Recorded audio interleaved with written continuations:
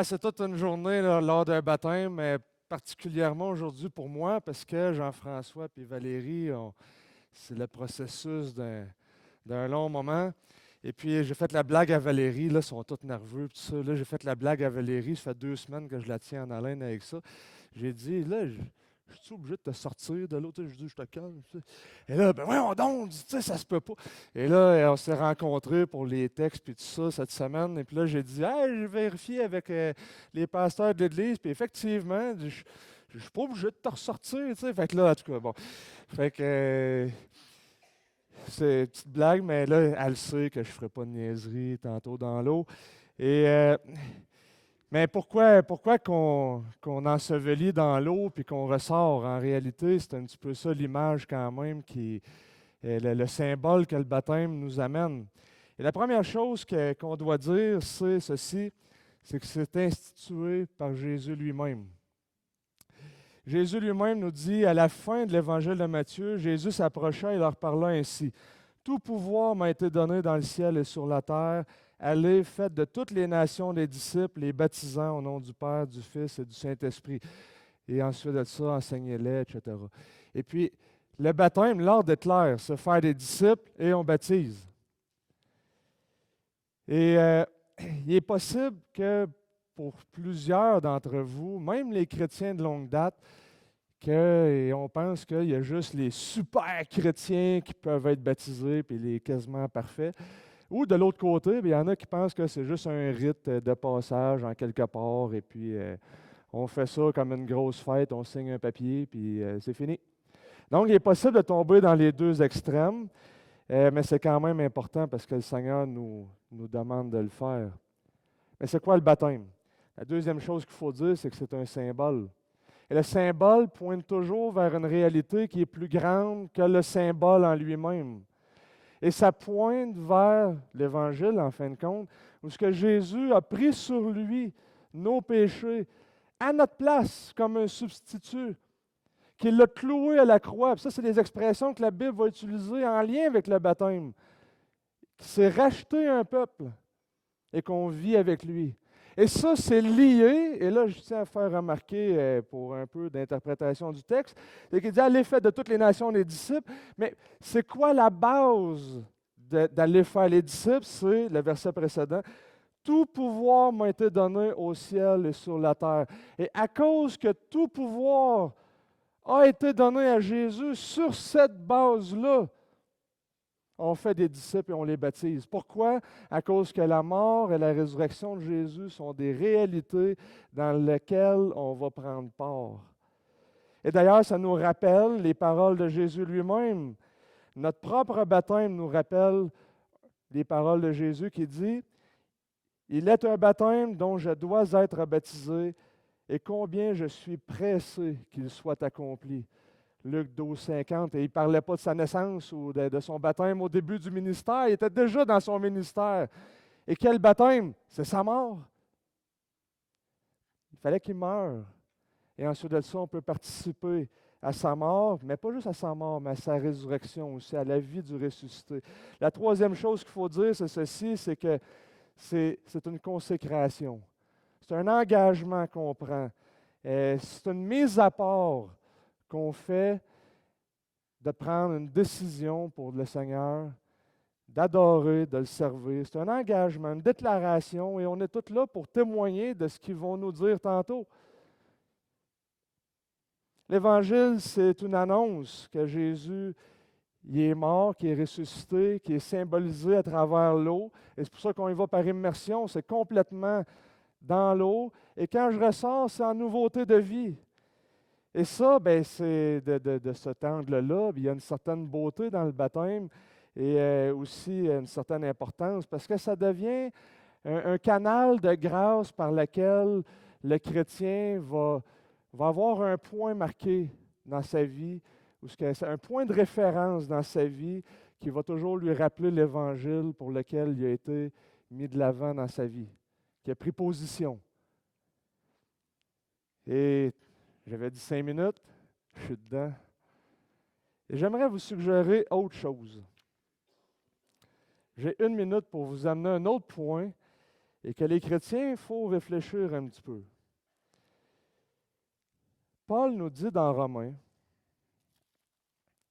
il va utiliser le baptême. Nous avons donc été ensevelis avec lui dans la mort par le baptême, afin que, comme Christ est ressuscité d'entre les morts par la gloire du Père, de même nous aussi, nous marchions en nouveauté de vie. Paul, on a souvent tendance à dire que c'est un symbole, puis que Dieu, il n'est pas impliqué là-dedans. Il y a d'autres versions qui vont dire non, Dieu vient, puis qu'il met une espèce de sceau, puis Dieu participe dans le baptême. Et là, il y a plusieurs positions là-dessus, mais là, on peut débattre longtemps. Et là, il n'y aura pas de feu d'artifice tantôt, peut-être juste une crise cardiaque parce que l'eau est froide, mais ça ne sera pas miraculeux, ça, c'est juste une réaction physiologique. Mais Paul présente le baptême comme un moment important dans la vie du croyant. Pourquoi?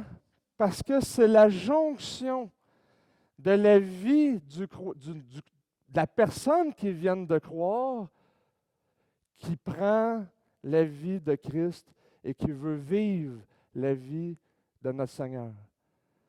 Donc, ça fait partie de l'histoire du chrétien de prendre la vie de Christ, de le vivre. Et malheureusement, on n'est pas parfait. Et on va continuer à apprendre. Et le Seigneur va continuer à nous travailler. Mais c'est un des éléments de la grâce de Dieu qu'il nous donne pour nous rappeler l'Évangile, pour qu'on participe à sa vie et qu'on puisse continuer avec. Et pourquoi sa vie? Parce qu'il est ressuscité, parce que tout pouvoir lui a été donné.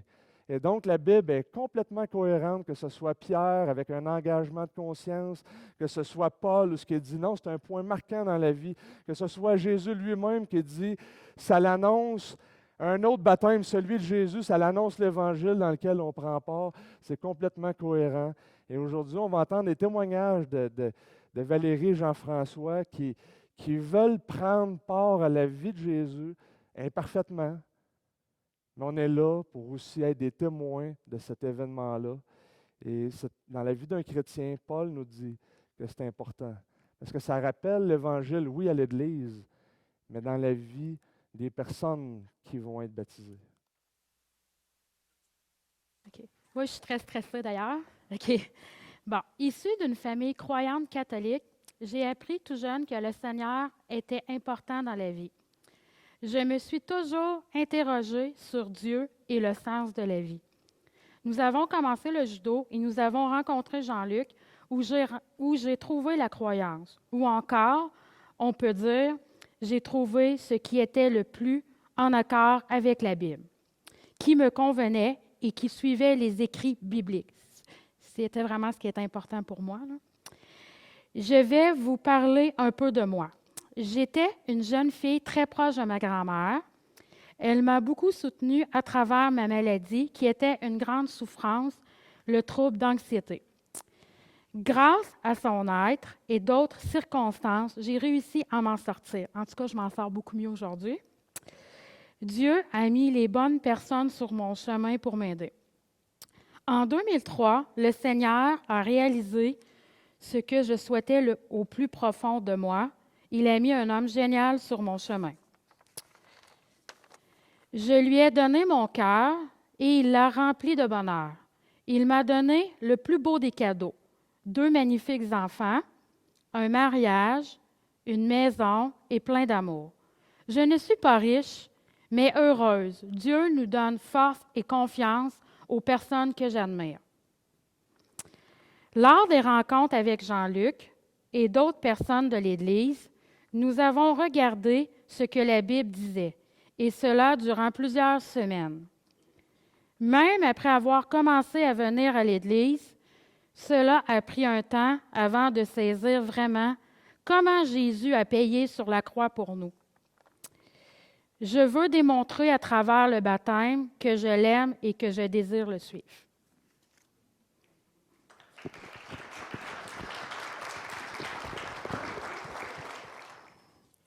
Bonjour.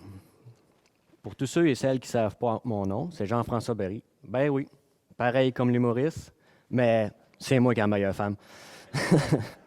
OK, un peu de sérieux.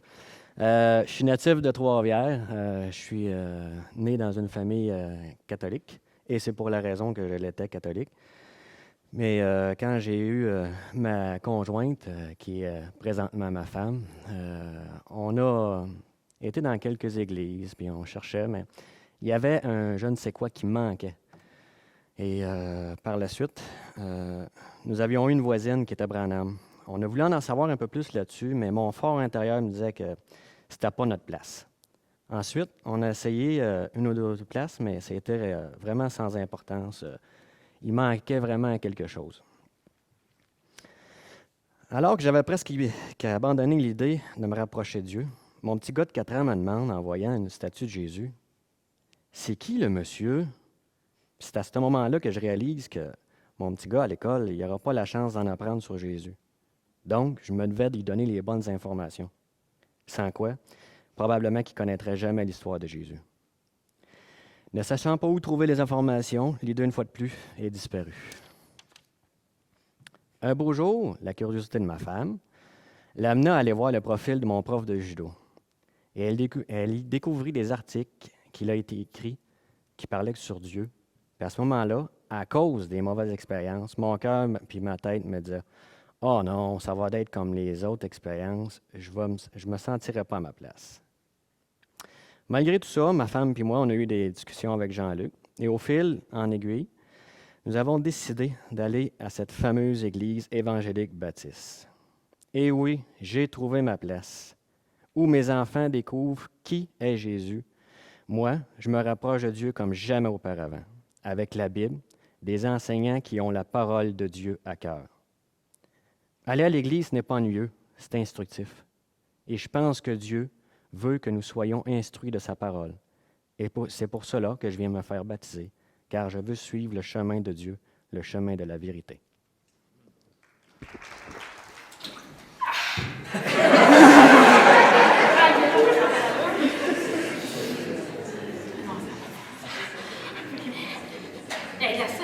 C'est la première sauce.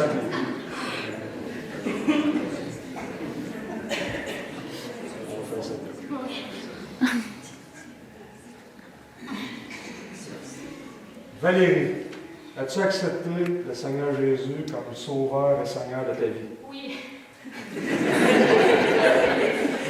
Désires-tu le suivre et lui obéir toute ta vie? Oui. Alors, sur la déclaration de ta foi, je te baptise au nom du Père, du Fils et du Saint-Esprit.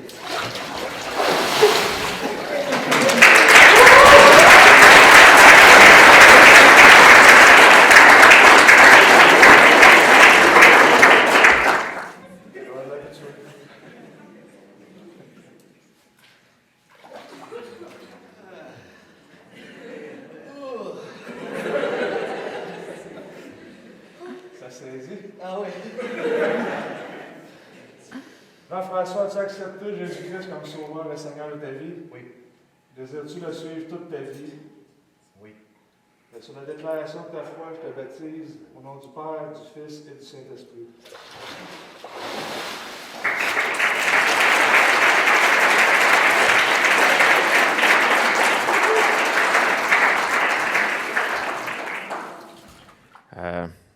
Je suis désolé, mais en même temps, je suis content parce que c'est moi qui ai mis l'eau. Je suis désolé parce que je voyais que c'était difficile pour eux autres, mais en même temps, je suis content parce que je sais qu'ils vont se rappeler de ce jour-là. Peut-être pas pour les bonnes raisons, mais ils vont s'en rappeler. Bref, pour ceux qui ne me connaissent pas, mon nom est Michael Caron. Je suis un des pasteurs en formation ici même à l'Église. Et c'est moi qui ai le privilège ce matin de pouvoir vous apporter la parole.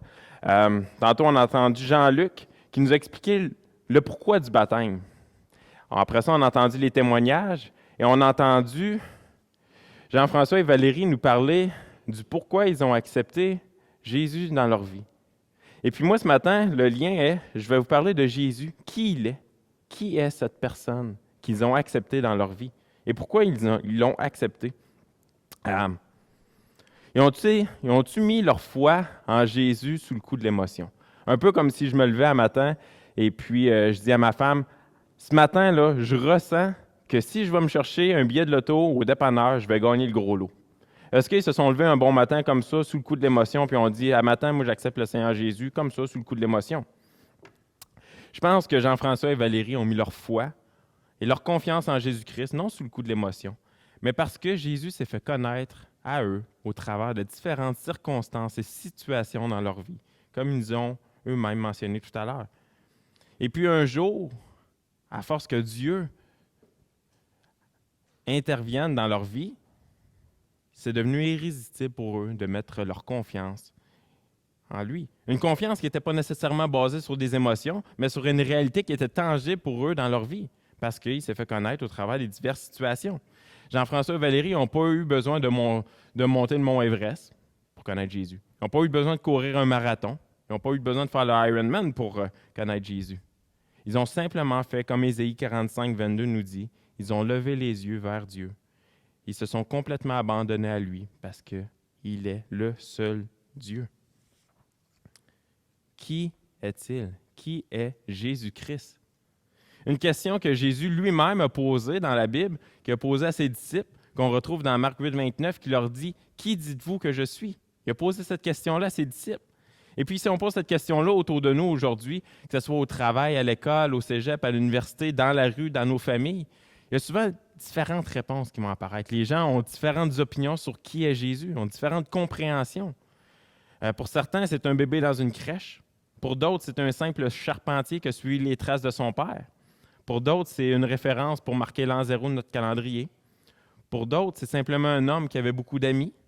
Pour un autre, c'est simplement un enseignant de l'Ancien Testament. Vous savez, même aujourd'hui, en 2016, il m'est arrivé de rencontrer des gens qui, soit ne savaient pas du tout qui était Jésus-Christ, ou soit qui avaient juste entendu le nom de Jésus, mais qui ne savaient pas c'était qui.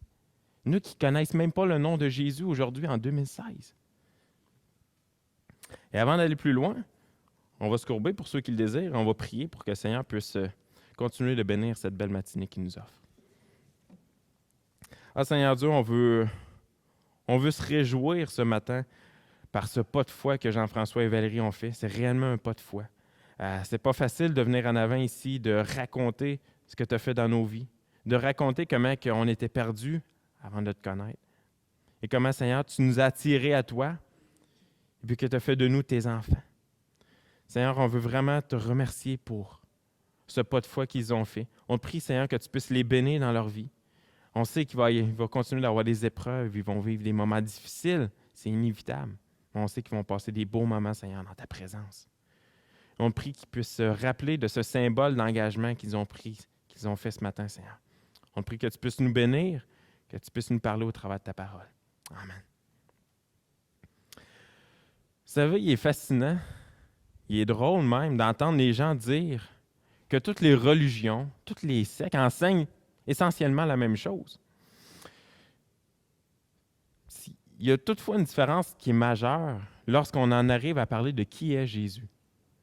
Les religions, les sectes, aucune n'enseigne la même chose.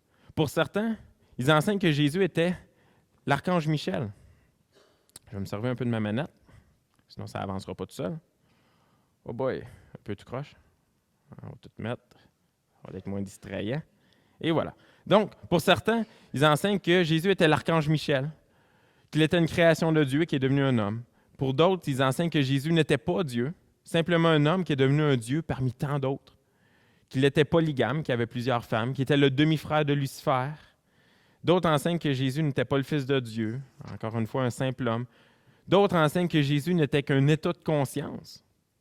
Ou, comme d'autres croient, que Jésus est une force, une source de vie implantée en nous, comme si on avait une micropuce à l'intérieur de nous. Alors, différentes opinions, différentes compréhensions de qui est Jésus. Gandhi, lui, disait « Je ne peux pas donner à Jésus une divinité exclusive. Il est autant divin que Krishna, Rama et Mohamed. » Gandhi mettait donc Jésus sur le même pied d'égalité avec ses hommes. Et avec tant de pensées et d'opinions différentes, il n'est pas surprenant qu'aujourd'hui, en 2016, il y ait tant de confusion sur la réelle identité de Jésus. Qui est-il réellement? Vous savez, de nos jours, en 2016, personne sur la terre entière n'est le plus aimé, mais aussi le plus haï que Jésus-Christ. Selon la Bible, Jésus est né dans une étable, dans une petite ville de Bethléem, il y a de cela environ 2016 ans. Il est né d'une Vierge Marie, une jeune adolescente qui était pauvre, qui a fait rire d'elle, qui a été ridiculisée parce qu'elle disait avoir conçu un enfant à partir du Saint-Esprit. Plusieurs croyaient que Marie faisait que monter une histoire ridicule pour cacher qu'elle avait été infidèle. Jésus a par la suite été adopté par Joseph, un modeste charpentier avec lequel Jésus a travaillé pendant ses 30 premières années de vie. Bon, environ 30 premières années, parce que je ne pense pas que de 1 à 6 ans, il a travaillé fort avec son père comme charpentier, mais quand même. À l'âge de 30 ans, par la suite, Jésus a officiellement commencé son ministère public qui consistait à enseigner la parole de Dieu, guérir les malades, nourrir les pauvres. Son ministère n'a duré qu'environ 3 ans. Il a été battu, il a été humilié, il a été mis sur la croix. Il a été mis à mort. Humilié sur la croix comme une dizaine de milliers de personnes avant lui et une dizaine de milliers de personnes après lui. Et puis en disant ça comme ça, en entendant cela comme ça, on peut dire que la vie de Jésus est résumée assez simplement. En fait, Jésus n'a jamais voyagé plus d'une centaine de kilomètres de sa maison, il n'a jamais fait partie d'un parti politique, il n'a jamais écrit de livre, il ne s'est jamais marié, il n'a jamais été au collège. Et malgré tout cela, Jésus est quand même la personne la plus connue de toute l'histoire de l'humanité.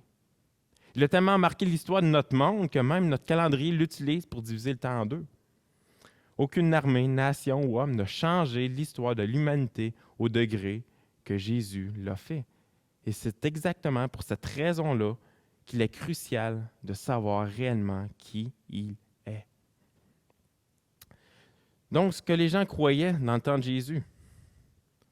Vous savez, durant la vie terrestre de Jésus, ce qui est le plus curieux, c'est que les gens étaient soit incapables de reconnaître qui il était, qu'il était Dieu, ou ne voulaient tout simplement pas reconnaître que c'était le cas.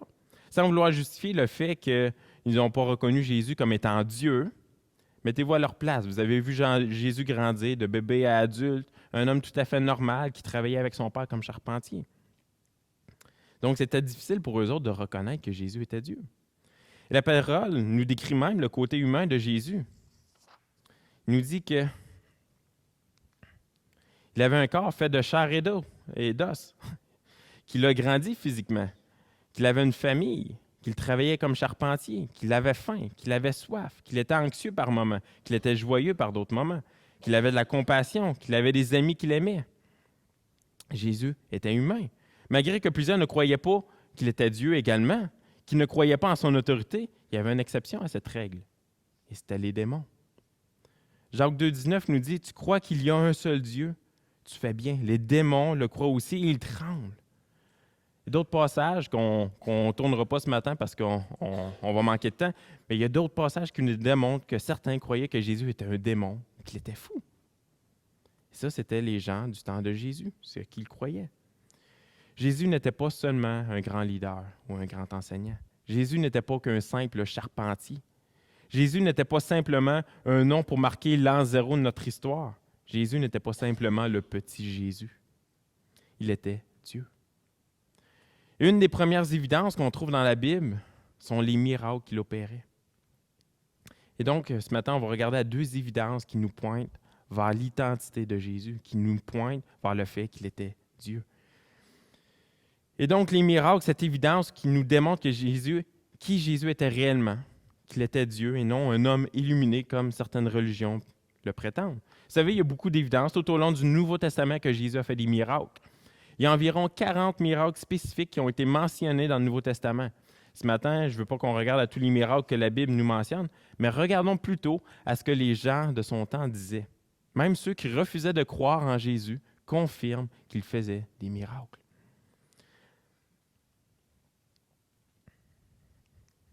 Matthieu 12, 24 nous dit « Les pharisiens, ayant entendu cela dire, cet homme ne chasse les démons que par Belzébul, prince des démons. » On voit dans Jean 11, 47, « Alors les principaux sacrificateurs et les pharisiens assemblèrent le Sanhédrin et dirent « Que ferons-nous? Car cet homme fait beaucoup de miracles. » Vous savez, il y a aussi quelques personnes en dehors de la Bible qui disent que Jésus faisait des miracles. Le Talmud, d'ailleurs, qui était la loi civile et religieuse juive, accuse Jésus d'avoir pratiqué la magie. Vous savez, même la création était sous l'autorité de Jésus. Rappelez-vous dans Marc 4, 41, lorsque Jésus a calmé la tempête, lorsqu'il a marché sur l'eau.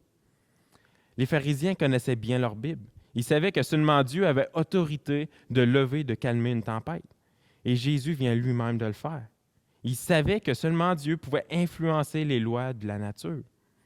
Et en faisant tous ces miracles, en démontrant son autorité même sur les lois physiques de notre monde, Jésus venait prouver sa divinité. Il venait prouver qu'il était Dieu. Une autre des évidences, c'est que Jésus a dit être Dieu.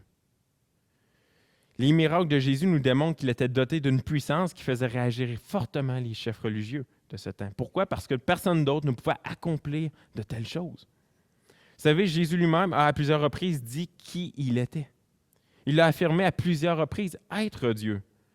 Et puis si son affirmation est un mensonge, ça leur été une violation du premier commandement qui dit « Tu adoreras Dieu seul et tu l'aimeras plus que tout ». La croyance que Jésus est Dieu n'est pas quelque chose que les chrétiens ont inventé, mais c'est plutôt quelque chose que les croyants croient, parce que Jésus lui-même l'a enseigné. Certaines religions disent que Jésus n'a jamais dit qu'il était Dieu. D'autres disent que Jésus est un homme illuminé comme Bouddha. Plusieurs passages des Écritures nous démontrent que Jésus a clairement dit, et ce, à plusieurs reprises, être Dieu. Si on regarde Marc 14, les versets 61 à 64, Jésus garda le silence et ne répondit rien. Le souverain sacrificateur l'interrogea de nouveau et lui dit, « Es-tu le Christ, le Fils du Dieu béni? » Et Jésus répondit, « Je le suis. Et vous verrez le Fils de l'homme assis à la droite de la puissance de Dieu et venant sur les nuées du ciel. » Alors le souverain sacrificateur déchira ses vêtements et dit, « Qu'avons-nous encore besoin de témoins? Vous avez entendu le blasphème. Que vous ensemble, tous le condamnèrent comme méritant la mort. » Et on va regarder tout de suite. Jean 8, versets 58 et 59 nous dit, Jésus leur dit, en vérité, je vous le dis, avant qu'Abraham fût, je suis. » Et là-dessus, il prit des pierres pour les jeter contre lui, mais Jésus se cacha et sortit du temple. Et deux choses dans ces passages. Premièrement, Jésus nous prouve son éternité en nous disant qu'il était là avant même qu'Abraham soit. Et deuxièmement, il utilise également l'expression « je suis », qui est tirée de l'Ancien Testament, qui était un terme utilisé que par Dieu même, que par Dieu lui-même pour se décrire. Vous savez, les sacrificateurs voulaient que la peine de mort soit imposée à Jésus pour avoir blasphémé en se disant Dieu. Et on le voit dans Jean 10, les versets 30 à 33. « Moi et le Père, nous sommes un. » Alors les Juifs prirent de nouveau des pierres pour le lapider. Et Jésus leur dit, « Je vous ai fait voir plusieurs bonnes œuvres venant de mon Père, pour laquelle me lapidez-vous? » Et les Juifs lui répondirent, « Ce n'est point pour une bonne œuvre que nous te lapidons, mais pour un blasphème, parce que toi qui es un homme, tu te fais Dieu. » Au fil des siècles, plusieurs personnes ont dit parler de la part de Dieu. Une très petite liste de personnes ont réellement affirmé être Dieu. Si on pense à Bouddha, à Krishna, à Mohamed, à Gandhi, ils n'ont jamais dit être Dieu. Ils ont même assuré leurs disciples qu'ils n'étaient pas Dieu. Mais Jésus, lui, a dit clairement et à plusieurs reprises être Dieu. Une troisième évidence. J'ai dit deux tantôt, on est rendu à la troisième. Troisième évidence, Jésus se disait sans péché. Et puis le péché, elle a fait d'échouer à se conformer à la loi morale de Dieu, que ce soit en action, que ce soit par notre attitude, par nos paroles, par notre nature même, nos pensées, nos motivations. Et dans l'histoire de l'humanité, personne n'a pu dire avec une grande crédibilité qu'il était sans péché. Parce que de faire cela, c'est de dire que nos paroles, nos actions, nos pensées, nos motivations sont parfaites et ce, en tout temps. Même les leaders des différentes sectes et religions, qui étaient des gens soit dit dévoués, soit disant moralement purs, ont dit être des pécheurs. Ils ont eux-mêmes affirmé être des pécheurs. Dans les évangiles, on voit Jésus qui est tenté au péché dans Luc 4. 1 à 2.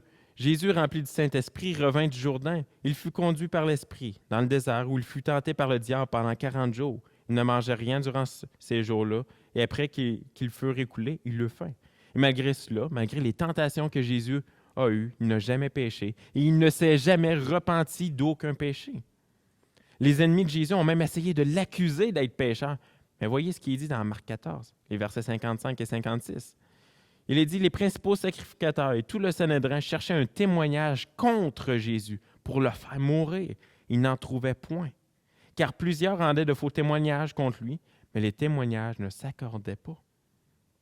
Plusieurs encore à ce jour croient que Jésus était pécheur comme nous, être humain. Toutefois, Jésus a déclaré être moralement supérieur à tous ceux qui ont vécu et qu'il était sans péché. Il a même mis au défi les gens de lui prouver le contraire. Dans Jean 8, 46, qui dit « Qui de vous me convaincra de péché? Si je dis la vérité, pourquoi ne me croyez-vous pas? » Et donc, cette affirmation d'être sans péché ne peut être attribuée qu'à Dieu seul. Tout au long de l'histoire de l'Église, les disciples ont à plusieurs reprises dit qu'il était sans péché. Et Dieu. Ils ont cru cela du plus profond de leur cœur, tellement qu'ils ont accepté de souffrir et de mourir en martyr.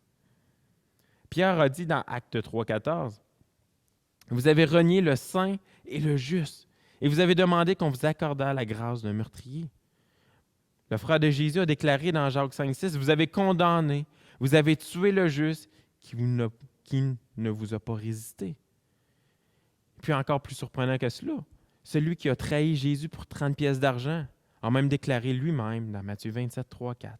C'est écrit, « Alors Judas, qui l'avait livré, voyant qu'il était condamné, se repentit et rapportait les 30 pièces d'argent aux principaux sacrificateurs et aux anciens en disant, « J'ai péché en livrant le sang innocent. » Il répondit, « Que nous importe si l'autre regarde? » Judas jeta les pièces d'argent dans le temple, se retira et alla se pendre. Le poids de sa culpabilité était trop élevé d'avoir fait condamner un juste, un homme sans péché que Judas est allé se pendre. Et on termine ce matin avec l'importance de la croix et de la résurrection. La mort à la croix de Jésus est la somme de son infini amour envers nous. La résurrection de Jésus est la confirmation que ce sacrifice-là n'a pas été en vain. C'est la confirmation que Dieu le Père a accepté pleinement ce sacrifice. Vous savez, personne n'aime se faire dire qu'il n'est pas bon, qu'il est mauvais. Et pourtant, Dieu nous dit dans la Bible que chacun d'entre nous sommes nés pécheurs. Romains 3, 23. Car tous ont péché, sont privés de la gloire de Dieu. Il n'y a aucun moyen de se sauver nous-mêmes. Il n'existe qu'une seule façon, et c'est par ce Jésus de Nazareth. Et la suite du verset nous dit, ils sont gratuitement justifiés par sa grâce, par le moyen de la rédemption qui est en Jésus-Christ. Dieu est un Dieu d'amour, mais il est également un Dieu juste. Et de par sa justice, il devait y avoir un sacrifice pour annuler la punition de l'enfer qu'on méritait, tous. Et donc, on a beau être la meilleure personne au monde, mais la Bible nous enseigne que tous sont pécheurs, qu'on est séparés de Dieu et qu'à cause de cela, même si ça fait 10 ans, même si ça fait 20 ans qu'on vient dans une église, ça ne fait pas de nous un enfant de Dieu. Il n'existe aucun chemin pour aller au ciel autre que par Jésus-Christ. Jean 14, 6 nous dit « Je suis le chemin, la vérité et la vie. Nul ne vient au Père que par moi. » Et donc, on a beau avoir toutes les meilleures intentions au monde. On a beau être généreux. On a beau avoir de la compassion, avoir de l'amour, être serviable, faire des marathons, monter l'Everest, faire le Ironman. Rien de tout cela ne va suffire. Cette grâce vous est offerte à tous ce matin. Il suffit de faire comme Ésaïe 45 et de lever les yeux vers Dieu et de reconnaître votre état de pécheur et d'accepter l'appel qu'il vous fait d'être le Sauveur et le Seigneur de votre vie. Et je termine avec ce passage de Matthieu 16, 15, lorsque Jésus parle à ses disciples, il dit « Et vous, leur dit-il, qui dites-vous que je suis? Qui dites-vous que Jésus est? » Prions pour terminer. Ah Seigneur Dieu, on veut te remercier pour ton Fils Jésus, parce que sans lui, sans son sacrifice à la croix, sans sa vie de parfaite obéissance sur terre, on n'aurait pas droit à cette grâce. Cette grâce, Seigneur, d'être un jour avec toi. Cette grâce d'avoir le pardon de tous nos péchés qui sont passés, nos péchés qu'on va faire aujourd'hui, les péchés qu'on va faire demain. Ils sont tous pardonnés, Seigneur, parce que Jésus-Christ a fait le sacrifice, Seigneur, qui a été parfait, qui a été accepté par toi. On veut te remercier pour ça. Et Seigneur, s'il y a des gens ce matin qui n'ont pas fait ce pas de foi, qui n'ont pas accepté l'invitation de Jésus-Christ, rends cette invitation-là irrésistible ce matin, Seigneur. Irrésistible, qu'on n'ait pas d'autre choix que de t'accepter dans notre cœur.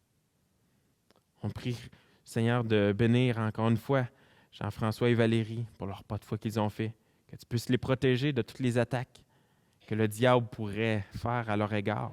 Parce qu'on sait que quand on fait un pas de foi pour toi, Seigneur, le diable, ça l'irrite, il ne veut pas. Il met des bâtons dans les roues. On te prie, Seigneur, que tu puisses les bénir, que tu puisses les garder forts, que tu puisses les garder fidèles. Amen.